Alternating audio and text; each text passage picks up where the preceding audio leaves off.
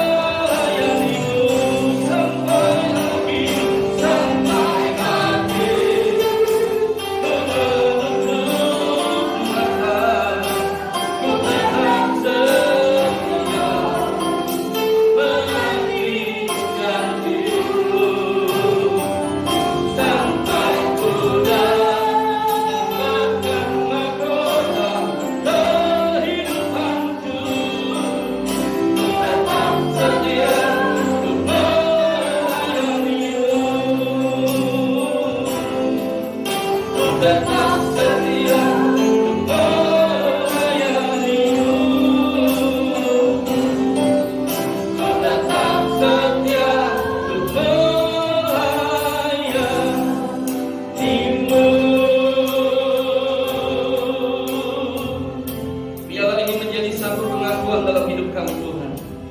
Menjadi satu komitmen yang harus kami kerjakan di dalam kami mengikut Engkau sampai akhir hidup kami.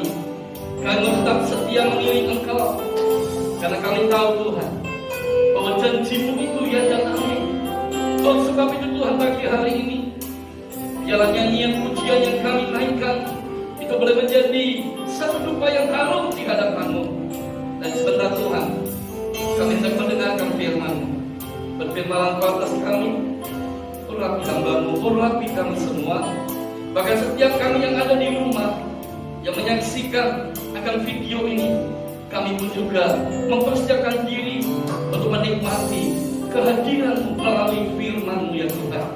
Berbicaralah Engkau atas kami, urapi kami semua, sehingga kami boleh menikmati lawatan Tuhan. Di dalam nama Tuhan kami Yesus Kristus, kami sudah berdoa dan bersyukur. Haleluya. Amin. Puji Tuhan.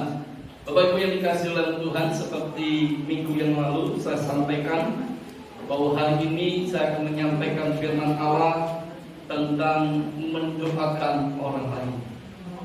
Pertanyaan yang seringkali muncul dalam setiap orang, perlu tidak kita mendoakan orang lain? Perlu tidak, saudara? Perlu. Kita ini perlu mendoakan orang lain. Alasan mengapa kita perlu mendoakan orang lain, karena firman Allah sendiri yang telah memberikan contoh, memberikan teladan, tokoh-tokoh bagi kita untuk mendoakan orang lain. Di dalam Alkitab, ya, dasar daripada firman Allah itu dikatakan dalam 1 Timotius 2 ayat yang pertama, bisa dikatakan demikian: pertama-tama aku menasihatkan, naikkanlah permohonan, doa syafaat dan ucapan syukur untuk semua orang. Jadi sekali lagi, dasar atau alasan kita mendoakan orang lain adalah karena firman Allah.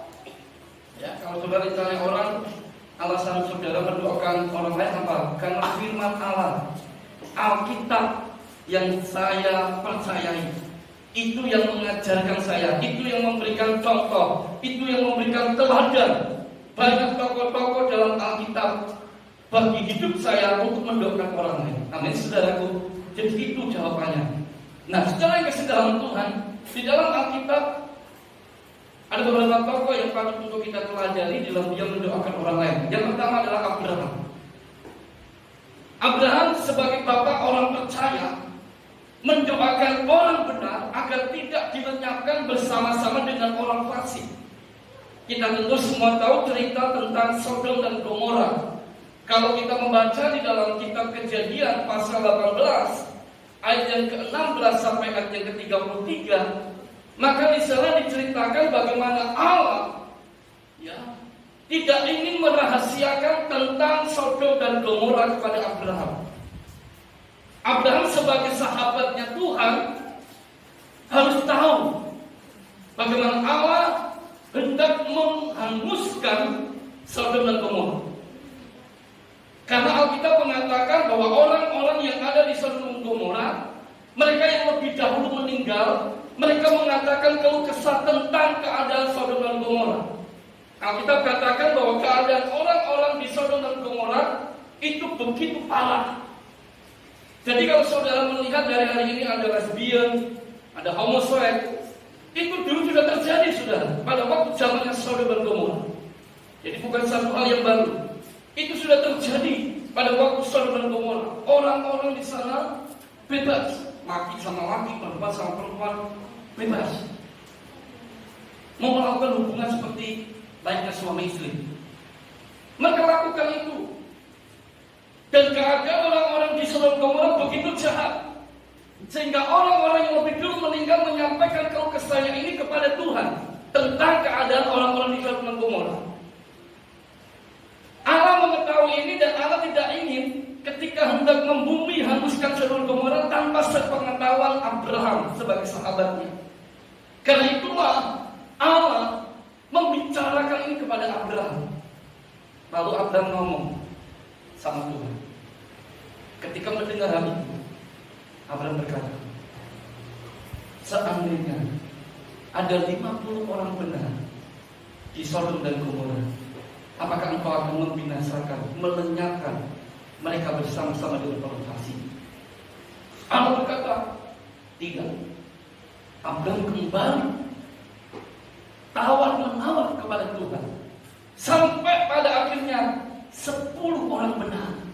Setelah itu Allah katakan, Tuhan meninggalkan Abraham. Jadi harus ada 10 orang benar. Supaya apa? Sodom dan Gomora tidak dilenyapkan. Tetapi kenyataannya Bapak Ibu, ketika Tuhan menyuruh malaikat pergi ke Sodom dan Gomora, ternyata di sana tidak ada 10 orang. Ketika malaikat itu ngomong kepada Lot, keponakan daripada Abraham, mereka katakan, berapa anakmu, berapa mantumu, calon mantumu, semua bawa pergi dari sebuah. Sebentar lagi aku akan membumi hanguskan Sodom dan Gomora. Lot berusaha menemui calon mantunya. Ternyata calon mantunya justru menertawakan dia. Akhirnya malaikat tidak sabar karena mau dihancurkan Sodom dan Gomora. Maka tangan malaikat itu langsung menarik tangan Lot, istrinya dan anaknya. Mereka dilarikan dan mereka berkata, cepat lari. Lot masih tawar lagi sama Tuhan. Malaikat itu, kalau aku lari ke sana aku tidak ketutup, aku lebih di situ. Malaikat bilang, oke, silakan. Nah, saudara kasih dalam Tuhan, di sini kita melihat kalau Lot bersama anaknya selamat, itu karena doa yang dinaikkan oleh Abraham. Jadi mendoakan orang lain itu perlu bagi saya dan saudara. Tetapi di sini kita melihat bahwa Tuhan tidak mau melenyapkan orang benar itu bersama-sama dengan orang fasik. Dan itu dibuktikan bagaimana Lot dan kedua putrinya terselamatkan. Istrinya enggak. Kenapa istrinya kok enggak? Karena malaikat berkata, jangan sekali-kali kau menoleh ke belakang. Tetapi istrinya Lot menoleh ke belakang. Akhirnya menjadi tiang garam. Menjadi tiang garam. Hanya Lot dan kedua putrinya yang sholat. Bapak Ibu yang dikasihi oleh Tuhan, itu contoh teladan daripada orang yang mendoakan orang lain. Itulah Abraham sebagai bapak orang percaya. Kita pun juga demikian. Saya dan saudara adalah orang-orang yang percaya kepada Tuhan. Katakan amin. Kita mesti berdoa, saudara. Untuk siapa? Semua orang. Supaya kelak nantinya Tuhan tidak menghancurkan bumi ini, yang ada orang benar bersama-sama dengan orang fasik, tapi supaya orang benar diselamatkan. Amin, saudaraku. Kita perlu doakan. Lalu yang kedua, saudaraku, contoh yang kedua adalah pribadi Tuhan kita Yesus Kristus. Tuhan Yesus mendoakan agar murid-muridnya dan orang-orang yang percaya kepadanya supaya mereka sempurna menjadi satu di dalam kasih. Saudara bisa membacanya dalam Yohanes 17 ayat yang ke-9 sampai dengan ayatnya yang ke-26. Di sana Yesus berdoa agar Bapa itu melindungi, memelihara miliknya orang-orang yang percaya kepadanya supaya mereka sempurna menjadi satu dalam kasih. Saudaraku, iblis itu tidak ingin kita orang percaya itu bersatu. Iblis maunya orang yang percaya tidak bersatu, tidak bisa hidup dengan damai. Itu iblis. Tapi Tuhan lain. Tuhan ingin agar setiap orang yang percaya kepadanya dapat hidup damai satu dengan yang lain. Katakan amin. Damai satu dengan yang lain. Kenapa? Karena Alkitab berkata bahwa kita ini adalah anak-anak Allah. Katakan amin. Alkitab katakan kita adalah anak-anak Allah. Injil Matius katakan pasal yang ke-5 ayat ke-9, berbahagialah orang yang membawa damai karena mereka akan disebut anak-anak Allah. Jadi kalau kita bisa hidup satu dengan yang lain dalam satu kasih, satu damai, itu karena Tuhan yang menolong kita. Katakan amin. Jadi yang kedua, contoh orang yang mendoakan orang yang pribadi Tuhan kita sendiri. Dia mendoakan murid-muridnya, dia mendoakan akan setiap orang yang percaya kepadanya, akan setiap orang yang percaya kepadanya tetap hidup satu di dalam kasih. Kita pun harus demikian Bapak Ibu. Dalam doa kita pun juga harus berdoa supaya setiap orang lain percaya, rekan-rekan kita satu gereja, satu jemaat Tuhan, satu dengan yang lain, umat Tuhan satu dengan yang lain, dapat hidup satu di dalam kasih Kristus. Amin. Lalu yang ketiga, contoh yang Alkitab tunjukkan tentang orang yang mendoakan orang lain adalah Rasul Paulus. Rasul Paulus mendoakan jemaat yang ada di Efesus. Paulus juga mendoakan jemaat di Kolose. Paulus juga mendoakan jemaat yang di Filipi, tapi saya ambil yang ada di Efesus. Rasul Paulus mendoakan jemaat yang ada di Efesus agar senantiasa kuat dalam menghadapi pergumulan dan tetap teguh di dalam kasih serta mampu memahami kehendak Tuhan dengan benar. Ini doa daripada Rasul Paulus untuk jemaat yang ada di Efesus, agar jemaat di Efesus tetap kuat dalam menghadapi pergumulan hidup ini, saudara. Tantangan dan pergumulan dalam hidup ini begitu banyak. Dan saya mau katakan, setiap tantangan dan pergumulan hidup saya dan saudara itu tidak sama. Tantangan dan pergumulan hidup saya mungkin tentang hal ini, saudara mungkin tentang hal yang lain. Tidak sama. Tetapi di sini kita melihat Rasul Paulus berdoa agar apa? Agar tetap kuat jemaat kita. Kita pun juga demikian. Saya pun juga demikian sebagai gembala di tempat ini. Saya pun juga mendoakan saudara supaya saudara tetap kuat dan tetap teguh di tengah pergumulan hidup ini. Amin, saudaraku. Jangan sampai iman kita jadi goyah. Jangan sampai iman kita jadi lemah karena setiap tantangan dan pergumulan dalam hidup ini. Kita doakan saudara. Tiap-tiap pagi dalam doa pagi yang saudara ikuti pasti tahu. Pokok-pokok doa yang disampaikan pasti tahu. Doakan cuma semua. Bahkan saya kalau doa itu menyebutkan nama semua saudara, keluarga ini semua saya sebutkan kalau saya. Supaya apa? Tetap kuat. Paulus juga berdoa agar supaya jemaat itu mampu memahami akan kehendak Tuhan dengan benar. Betapa panjang dan lebarnya kasih Kristus atas hidup saya dan saudara. Bukan berarti kalau kita mengerti bahwa kasih Kristus begitu panjang dan lebar, lalu kita seenaknya hidup dalam kehidupan ini. Kita tetap hidup dalam jalurnya Tuhan. Katakan amin. Kita tidak boleh hidup semuanya sendiri. Saya mendoakan juga seperti ini, supaya saudara memahami kehendak Tuhan dengan benar, sehingga saudara betul-betul mengerti betapa panjang dan lebarnya kasih Kristus atas hidup saya dan saudara. Nah, saudara yang kasih dalam Tuhan, pertanyaannya sekarang, siapakah yang harus kita doakan?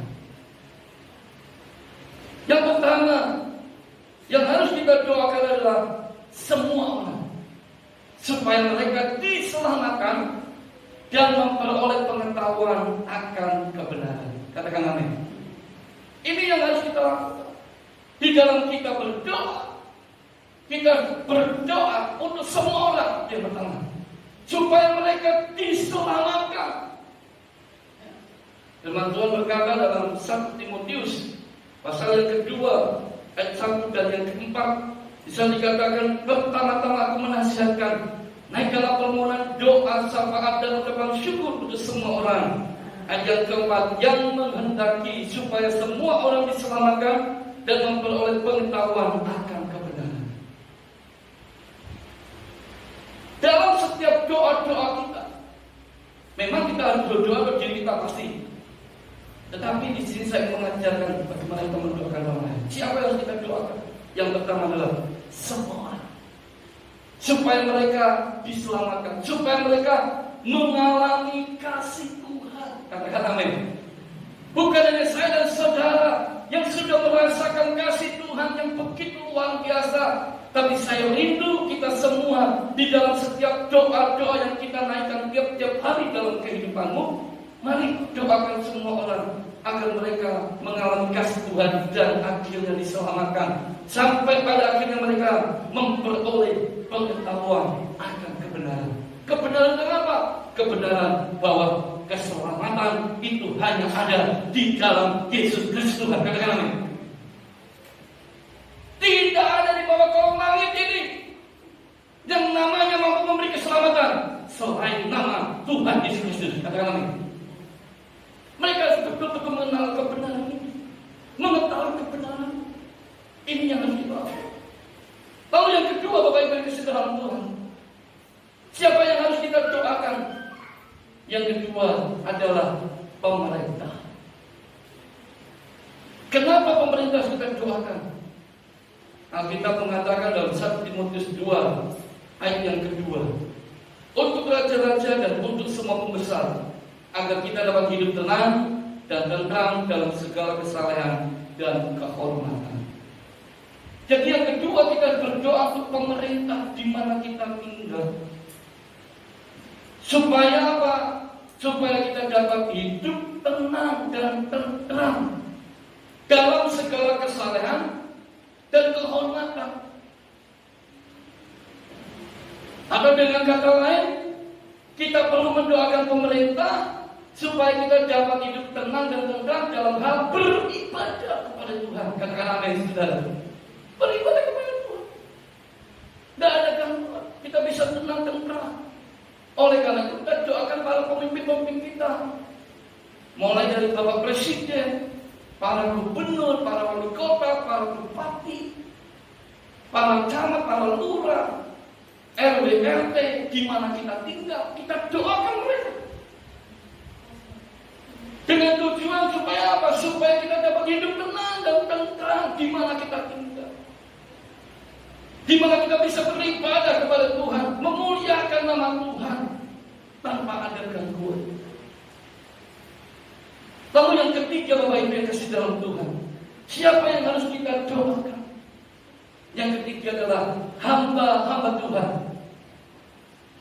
agar dikaruniakan apa? Perkataan yang benar, sehingga dengan berani memberitakan rahasia Injil. Kita perlu mendoakan hamba Tuhan. Saya kita percaya Bapak Ibu di tempat ini pasti di dalam doanya mendoakan saya. Tetapi saya percaya juga Bapak Ibu yang lain pasti juga mendoakan kami. Anda doakan saya, walaupun dari itu saya percaya. Pasti di rumah, dimanapun Bapak Ibu ketika doa secara pribadi, pasti Bapak Ibu juga mendoakan saya sebagai hamba Tuhan tempat ini. Amin, saudaraku. Karena saya tahu kalau saya bisa kuat, saya bisa tetap berdiri memberitakan firman, itu semua bukan karena kehebatan saya, tapi saya tahu semua karena doa-doa Bapak Ibu semuanya. Katakan amin. Saya tahu itu. Di rumah Bapak Ibu mendoakan untuk supaya gembala di mana saudara ditempatkan terus dipakai Tuhan. Amin, saudara. Kita perlu doakan hamba Tuhan. Mungkin bukan hanya hamba Tuhan di mana saudara bergereja, tapi hamba Tuhan di seluruh Indonesia, di seluruh dunia, mereka yang terus memperkatakan kebenaran tentang rahasia Injil, agar mereka semakin hari semakin dimampukan oleh Tuhan. Amin, saudara. Kita perlu doakan mereka. Lalu yang keempat, yang harus kita doakan adalah bangsa dan kota di mana kita tinggal, agar setiap kehidupan saya dan saudara itu mengalami kesejahteraan. Katakan amin. Firman Tuhan berkata dalam Yeremia pasalnya yang ke-29 ayat yang ke-7 bahkan 3.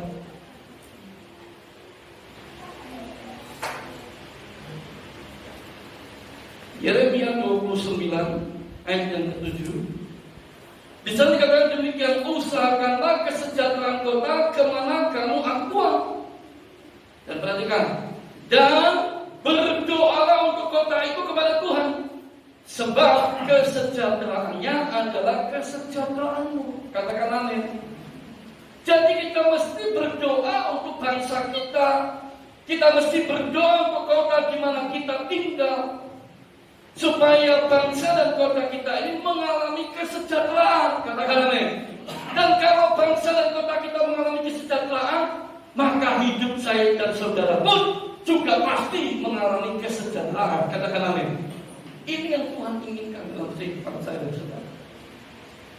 Lalu yang kelima, siapa yang kita doakan? Gereja Tuhan yang ada agar semakin bertumbuh dan berkembang. Alkitab katakan bahwa ladang sudah menguning. Gereja-gereja didoakan supaya gereja-gereja terus bertumbuh dan berkembang di mana-mana. Injil harus diberitakan di mana-mana, agar semua orang yang mendengarkannya pun memperoleh kasih karunia, sehingga banyak gereja yang dibangun, banyak gereja yang didirikan untuk apa? Menampung orang-orang yang belum mengenal kepada Tuhan, supaya mereka mengenal kepada Tuhan. Katakan amin. Kita mesti doakan. Bukan hanya gereja kita saja yang kita doakan, tapi seluruh gereja-gereja yang ada harus kita doakan, supaya bersama-sama menuai jiwa-jiwa bagi hormat dan kemuliaan akan nama Tuhan.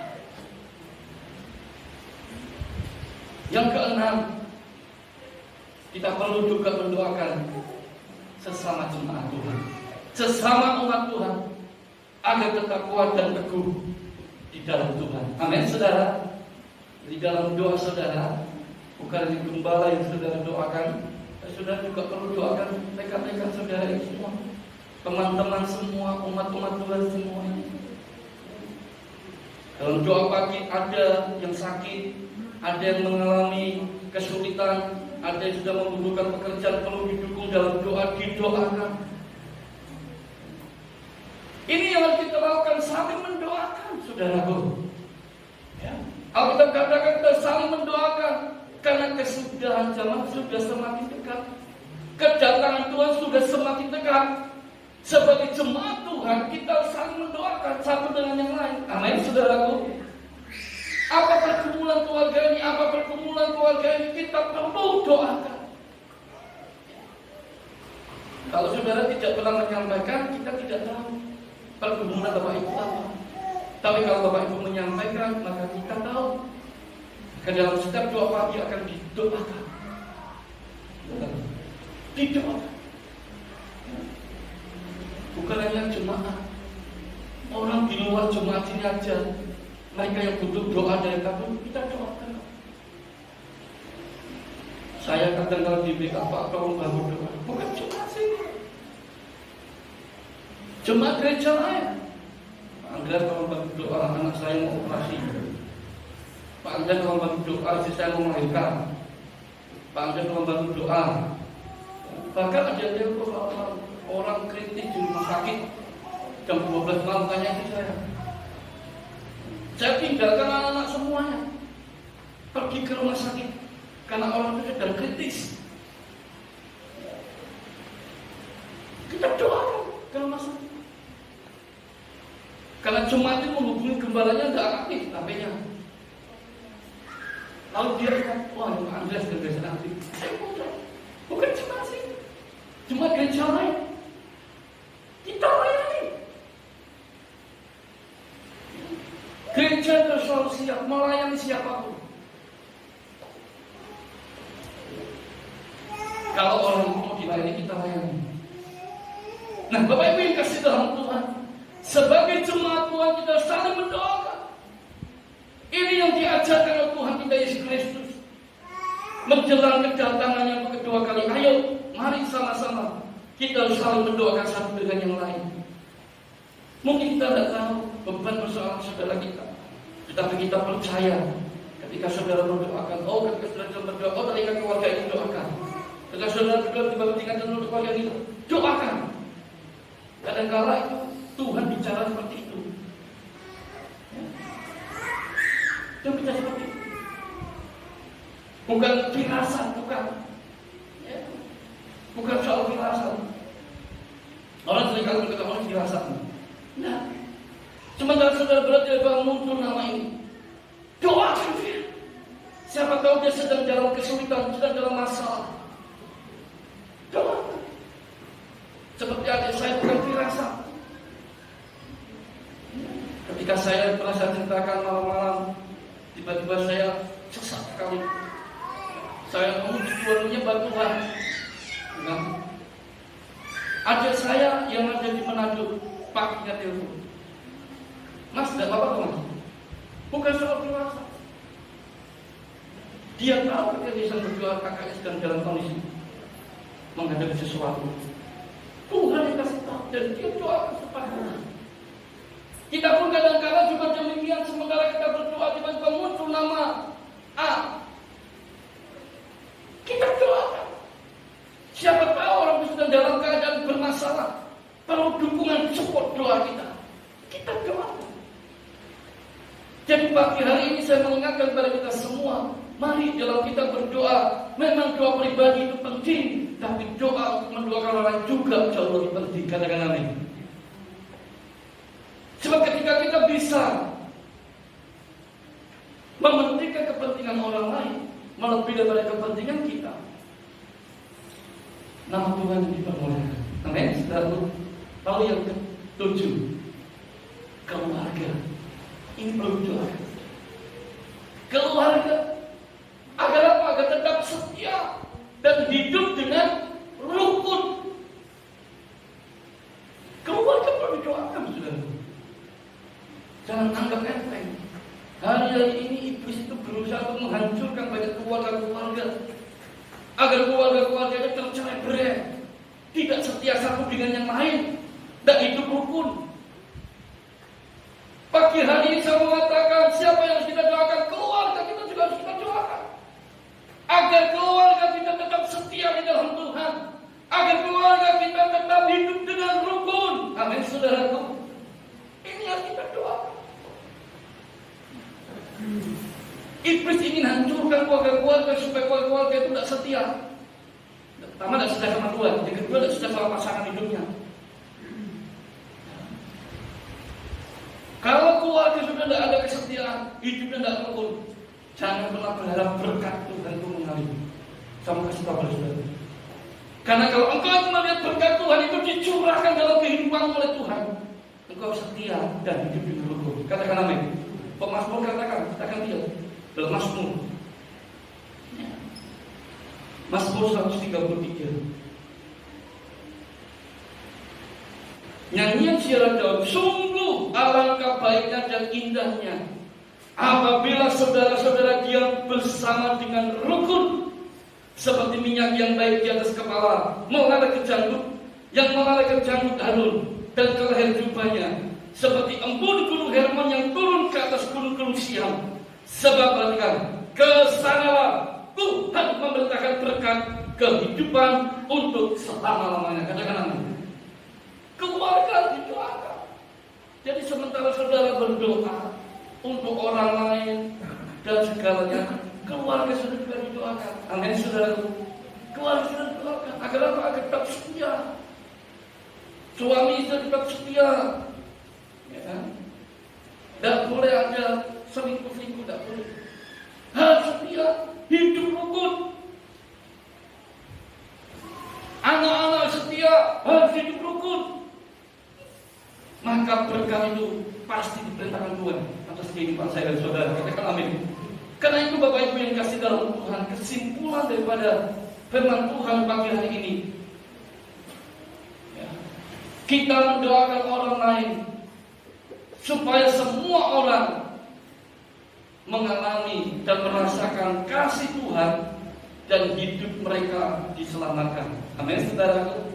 Yang kedua, supaya setiap orang hidupnya dikuatkan dan diteguhkan dalam menghadapi pergumulan hidup. Dan yang ketiga, supaya setiap orang dapat memahami dengan benar kasih daripada Tuhan. Kiranya firman Tuhan ini boleh menjadi berkat buat setiap kita semuanya. Tuhan semua berkati. Mari kita datang kepada Tuhan.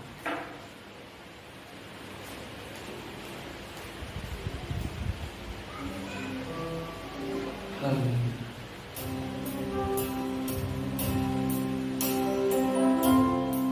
Glory bagimu Yesus. Mari kita panggil berdiri dulu.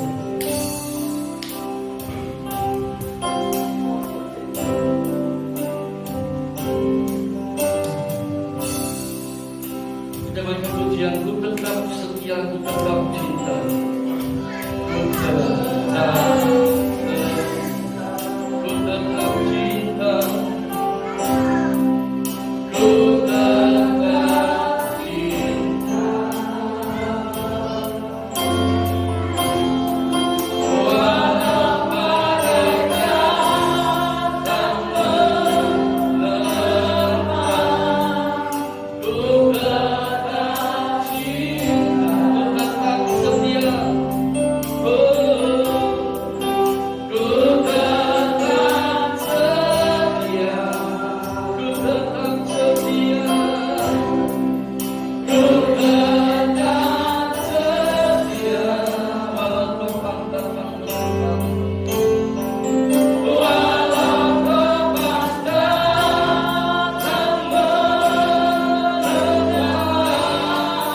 ku tetap setia kepadamu, terlalu banyak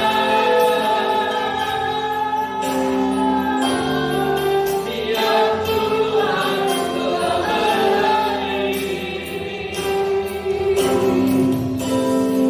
Takkan mungkin ku membalas dari apa yang ku miliki.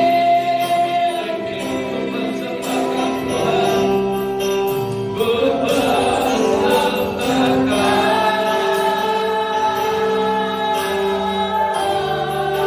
seluruh hidupku. Biar ku tetap cinta dan ku tetap setia untuk selama-lamanya.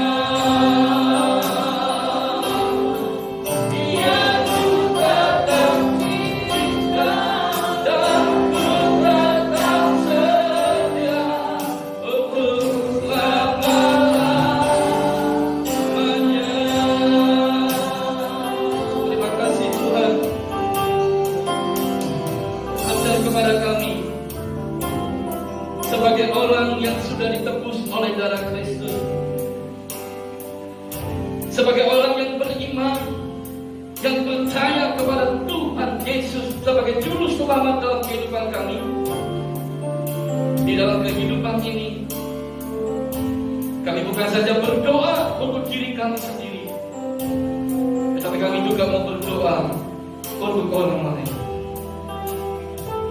agar setiap orang boleh mengalami dan merasakan kasih Tuhan, sehingga mereka dapat diselamatkan, agar setiap orang dapat dikuatkan dan diteguhkan di dalam menghadapi pergumulan hidup ini, dan agar setiap orang dapat memahami